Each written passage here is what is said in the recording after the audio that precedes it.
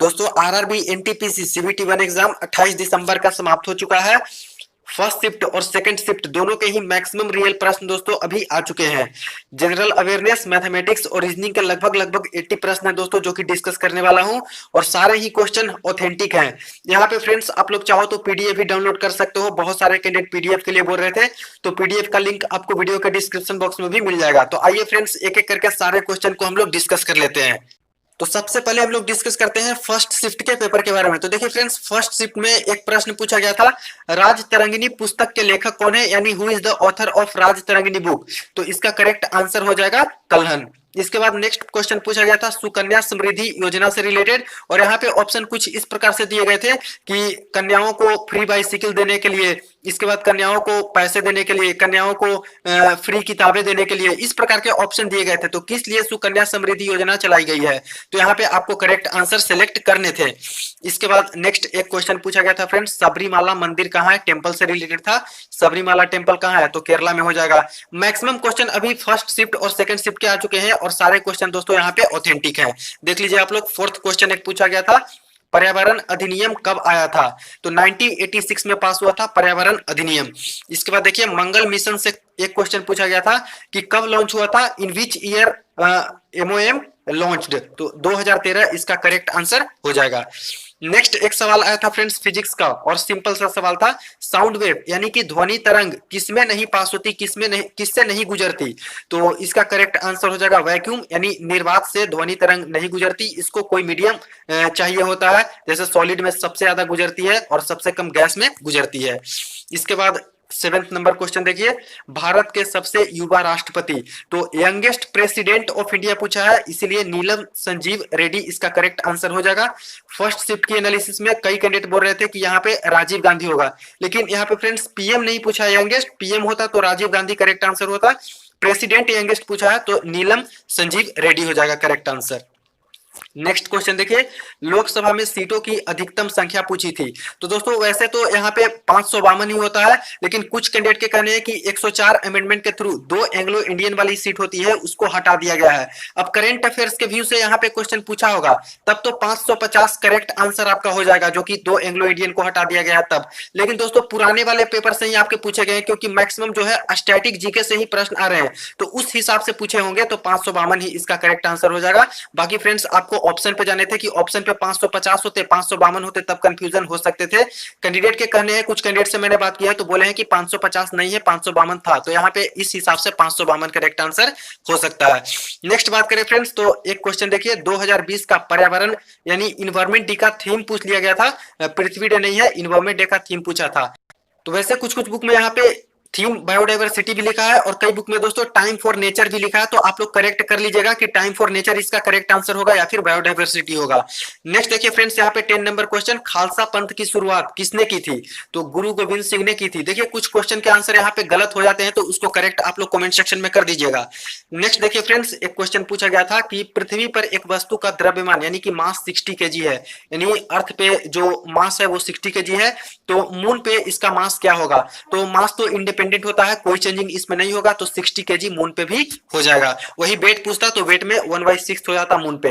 Next बात करें friends, तो एक पूछा था कि डीआरडीओ द्वारा एक मिसाइल बनाई गई है, रॉकेट लॉन्चर बनाई गई है, उसका नाम क्या है, तो पिनाका हो जाएगा इसका करेक्ट आंसर। इसके बाद नेक्स्ट एक क्वेश्चन पूछा था, नॉर्थ ईस्ट में कौन सा स्टेट नहीं आता है, तो सिक्किम हो जाएगा। नेक्स्ट बात करें फ्रेंड्स, तो यहाँ पे एक पूछा गया था बायोलॉजी से प्रश्न, दिया हुआ जीव किस वर्ग के हैं, इस प्रकार से प्रश्न थे, लाइकेन इसका करेक्ट आंसर हो जाता। नेक्स्ट देखिए यहाँ पे कंप्यूटर का दिमाग यानी ब्रेन ऑफ कंप्यूटर पूछा था, तो इसका करेक्ट आंसर सीपीयू हो जाएगा। नेक्स्ट क्वेश्चन देखिए फ्रेंड्स, वर्ल्ड ज्योग्राफी से रिलेटेड है, दक्षिण अमेरिका में 2 स्थलरुद्ध देश यानी 2 land locked country in south America, तो कौन हो जाएगा, बोलिविया और दूसरा हो जाएगा पराग्वे। नेक्स्ट देखिए पूछा गया था कि सेरिकल्चर किसके फार्मिंग के लिए है, तो सिल्क फार्मिंग यानी कि रेशम की खेती के लिए सेरिकल्चर टर्म यूज होता है। इसी के अकॉर्डिंग दोस्तों आप लोग प्रिपरेशन भी कर लीजिएगा, आगे आने वाले शिफ्ट में इसी तरह के क्वेश्चन देखने को मिल सकते हैं। देखिए काउंटिंग नंबर ऑफ ट्रेंगल से आए थे, ट्रेंगल दिए हुए थे और बताने थे आपको फ्रेंड्स कि कितने नंबर ऑफ ट्रेंगल इसमें है फिगर देकर।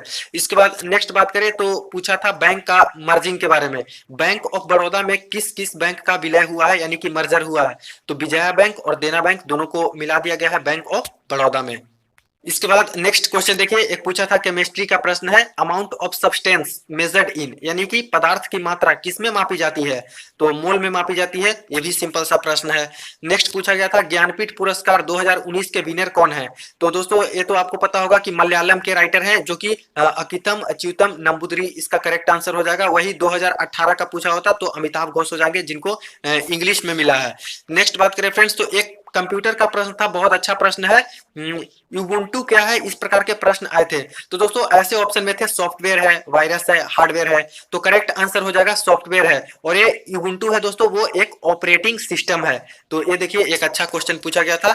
देखिए फ्रेंड्स, एक क्वेश्चन आया था गेम्स से रिलेटेड, खेलो इंडिया यूथ गेम 2020 कहां पे आयोजित हुआ था, तो गुवाहाटी में हुआ था, असम।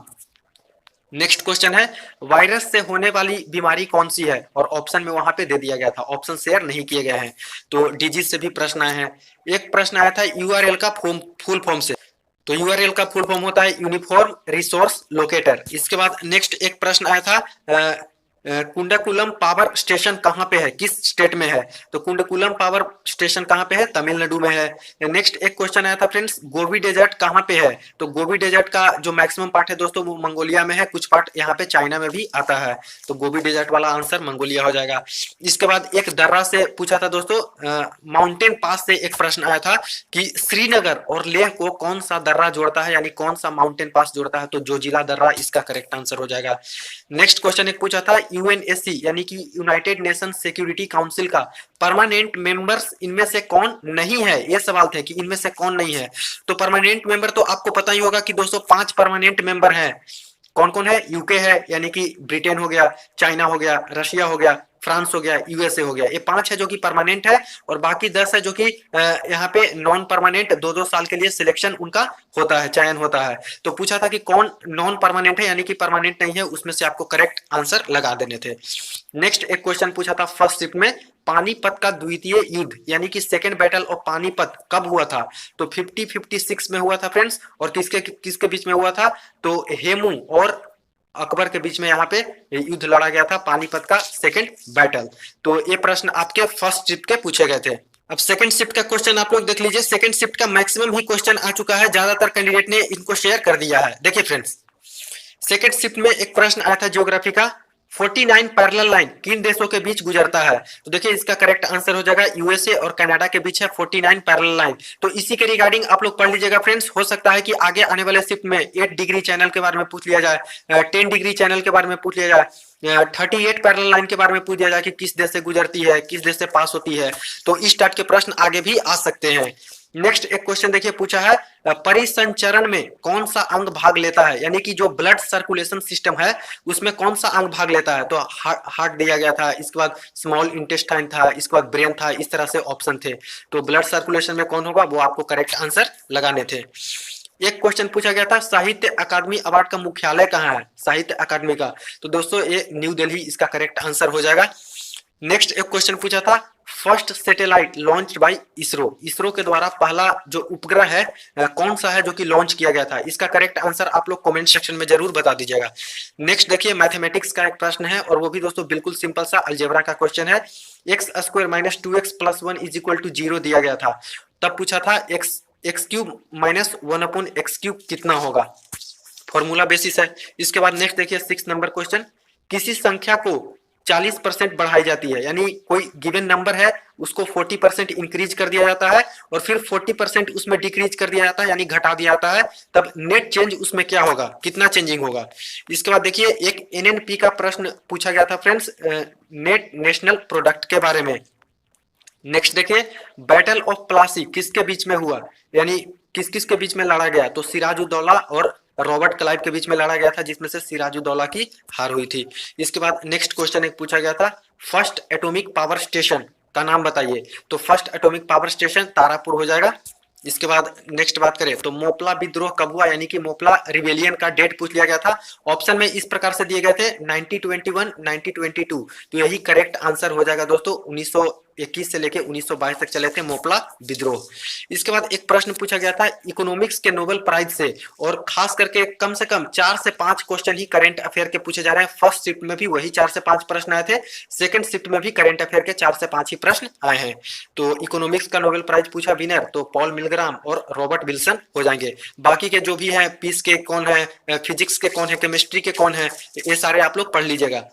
नेक्स्ट बात करें फ्रेंड्स, तो एक प्रश्न पूछा था मास द्रव्यमान क्या है, ऑप्शन में थे स्केलर क्वांटिटी है या फिर वेक्टर क्वांटिटी है, तो करेक्ट आंसर हो जाएगा स्केलर क्वांटिटी है, यानी कि अदिश राशि है। नेक्स्ट एक क्वेश्चन आया था सेकंड शिफ्ट में, volume of gas is inversely proportional to pressure, यानी जो वॉल्यूम है वो इनवर्सली प्रोपोर्शनल प्रेशर के है, तो कौन से लॉ से है, तो बॉयल्स लॉ इसका हो जाएगा। सेकंड शिफ्ट का जो मैंने एनालिसिस किया था वहां पे कैंडिडेट द्वारा थोड़ा कंफ्यूजन में गलत क्वेश्चन बता दिया गया था, जहां पे मैंने चार्ल्स लॉ बता दिया था।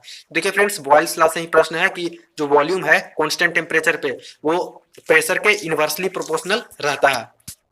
इसके बाद नेक्स्ट बात करें तो एक क्वेश्चन पूछा गया था फिल्म फेयर अवार्ड विनर 2020 यानी कि 2020 का फिल्म फेयर अवार्ड किसने जीता, तो गली बॉय मूवी को मिला है।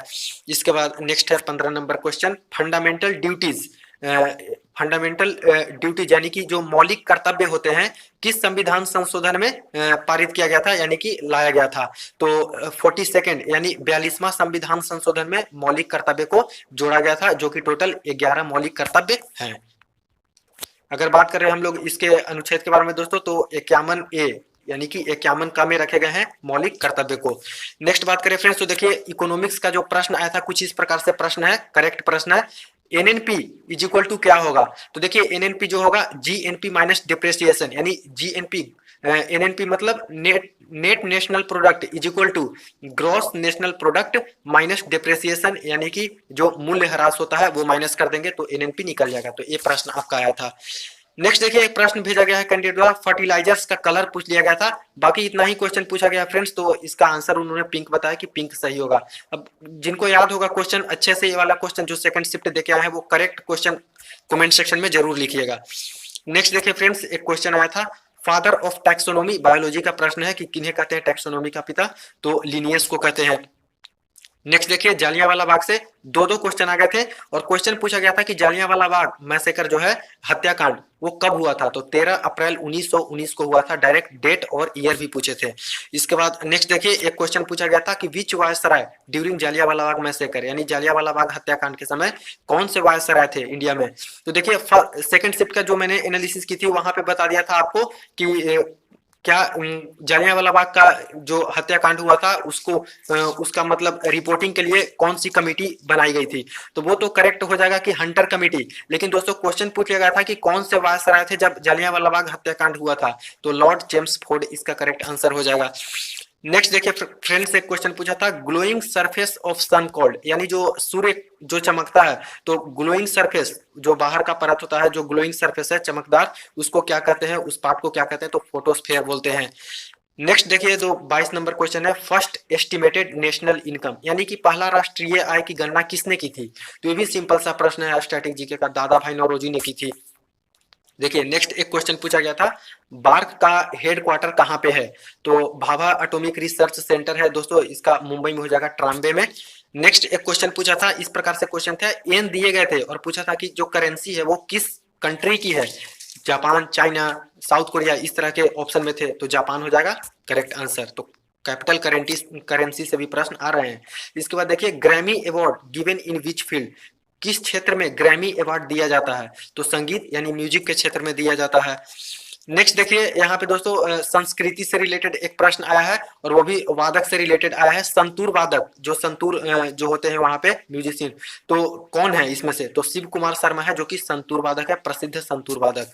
देखिए फ्रेंड्स एक क्वेश्चन आया था संविधान सभा का ख्याल सबसे पहले किनके मन में आया था, किनका विचार था संविधान सभा का, तो देखिए एम एन राय इसका करेक्ट आंसर हो जाएगा। जो सेकंड शिफ्ट की एनालिसिस की थी वहां पे मैंने गलती बता दिया था, जवाहरलाल नेहरू, वो गलत आंसर है, एम एन राय इसका करेक्ट आंसर हो जाएगा।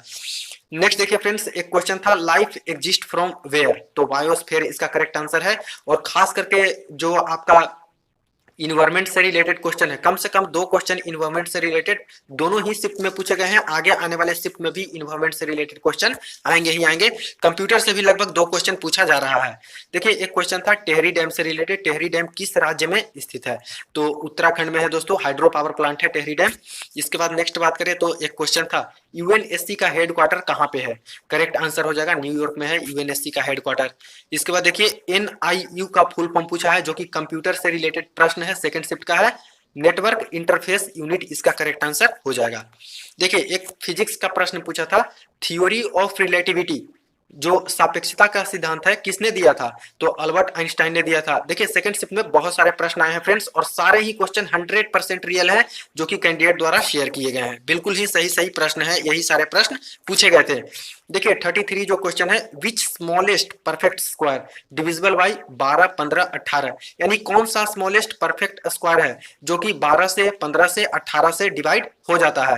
तो आपको इसका आंसर निकालना था, ऑप्शन दिया गया था, ऑप्शन से भी निकाल सकते थे। तो 900 इस तरह से कैंडिडेट द्वारा बताए गए हैं। नेक्स्ट बात करें फ्रेंड्स 34 नंबर क्वेश्चन, रेशियो दिया गया था 1:2, फिर 1/3 रेशियो 1/4 ऐसे करके दिया गया था। कुल प्रॉफिट की बात करें तो प्रॉफिट हुआ था 15,600। तो बोला सबसे ज्यादा किसे प्रॉफिट हुआ और कितना प्रॉफिट हुआ, यानी एक हिस्सेदारी पूछ लिया कि किसका हिस्सा सबसे ज्यादा है, और वो वैल्यू आपसे पूछा गया था। तो देखिए अभी रेशियो का बिल्कुल सिंपल सा सवाल है। नेक्स्ट देखिए फ्रेंड्स 35 नंबर क्वेश्चन, ए किसी काम को 20 दिन में करता है, बी उसी काम को 30 दिनों में करता है। दोनों ने काम करना शुरू किया, ए 5 दिन पहले काम छोड़ देता है, तो बचा हुआ काम बी कितने दिनों में करेगा? तो देखिए टाइम एंड वर्क से रिलेटेड प्रश्न है। एक क्वेश्चन पूछा था दोस्तों जो स्टैटिक जीके वाला, गोल गुंबज, गोल गुंबज कहाँ पे स्थित है? तो कर्नाटक में स्थित है। इसके बाद नेक्स्ट देखिए फ्रेंड्स एक क्वेश्चन था फर्स्ट कम्युनिकेशन सैटेलाइट से प्रश्न था, कैंडिडेट द्वारा आंसर एप्पल दिया गया है। आप लोग इसको बताइएगा कि करेक्ट आंसर है या फिर नहीं, या फिर कमेंट सेक्शन में करेक्ट आंसर दे दीजिएगा। नेक्स्ट बात करें फ्रेंड्स तो एवरेज से एक प्रश्न आया था, जो कि बिल्कुल सिंपल था, सिर्फ और सिर्फ एवरेज निकालना था। नेक्स्ट बात करें फ्रेंड्स तो एक क्वेश्चन था difference between first 8 consecutive natural number यानी and first mean of 8 prime number, यानी दोस्तों 8 कॉन्सेक्यूटिव नेचुरल नंबर हैं और उसके बाद मीन है 8 प्राइम नंबर के, उसका डिफरेंस निकाल के आपको आंसर बताने थे। इसके बाद देखिए 2 क्वेश्चन फ्रॉम रेशियो, बिल्कुल इजी प्रश्न थे रेशियो से। इसके बाद देखिए 4 से 5 क्वेश्चन थे दोस्तों, जो कि नंबर सीरीज से थे। 2016 में भी जब एनटीपीसी का एग्जाम हुआ था, कम से कम 4 से 5 प्रश्न नंबर सीरीज से आते ही थे। जैसे पूछ दिया जाए कि 1 का स्क्वायर है, 2 का स्क्वायर है, 3 का स्क्वायर है, नेक्स्ट क्या होगा, इस प्रकार के। कभी कभी 1-2 क्वेश्चन नंबर सीरीज में हल्के रहते हैं और 2-3 क्वेश्चन दोस्तों यहाँ पे मॉडरेट टू टफ भी आ जाते हैं, तो उसको अच्छे से आपको बनाना होता है। तो 4 से 5 क्वेश्चन अभी सेकंड शिफ्ट में पूछा गया है नंबर सीरीज वाला। इसके बाद देखिए मिरर इमेज से 2 क्वेश्चन आए हैं, फर्स्ट शिफ्ट में एक भी क्वेश्चन नहीं था मिरर इमेज से, अभी 2 से 3 क्वेश्चन पूछ लिया गया फ्रेंड्स, जो कि सेकंड शिफ्ट का प्रश्न है। साधारण ब्याज से बात करें यानी कि एसआई से, तो एक क्वेश्चन पूछा है, सेकंड शिफ्ट में सीआई से एक भी नहीं पूछा है, फर्स्ट शिफ्ट में एसआई सीआई दोनों से ही पूछा था। देखिए ट्रिगोनोमेट्री से बात करें तो एक क्वेश्चन यहाँ पे ट्रिगो से भी पूछ लिया गया है। इसके बाद फ्रेंड्स अगर हम लोग सेकंड शिफ्ट की वेटेज की बात करें कि कहां से किस टॉपिक से कितने कितने प्रश्न है, तो देखिए बोर्ड मास से 2 क्वेश्चन पूछा है, टाइम एंड वर्क से 2 क्वेश्चन पूछा है, बिल्कुल इजी था। एक में इफिशियंसी दिया गया था कि ए का इफिशियंसी जो है, बी का इफिशियंसी ए से 20% कम है इस प्रकार से, और एक इतने दिनों में काम करता है तो बी कितने दिनों में काम करेगा, ये वाला भी एक प्रश्न था। सिंपल इंटरेस्ट से एक क्वेश्चन था, एलसीएम एचसीएफ से एक क्वेश्चन पूछा गया था फ्रेंड्स, गुणनफल दिया गया था और एक संख्या दिया गया था और यहाँ पे पूछा था कि दूसरी संख्या क्या होगी।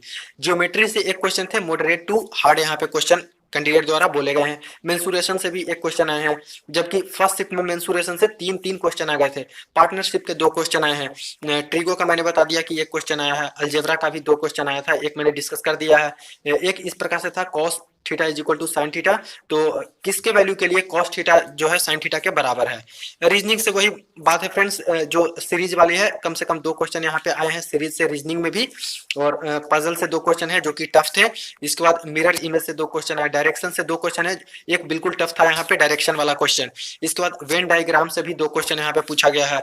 कथन और निष्कर्ष की बात करें तो यहाँ पे भी एक प्रश्न आया है, फर्स्ट शिफ्ट में भी एक प्रश्न आया था। सिटिंग अरेंजमेंट में एक क्वेश्चन आया है जो कि सर्कुलर टेबल लेवल वाला था दोस्तों, और 6 कैंडिडेट यहाँ पे बैठे हुए थे, और किसके सामने कौन है, ए के सामने कौन है, बी के सामने कौन है, इस तरह से आपको बताने थे।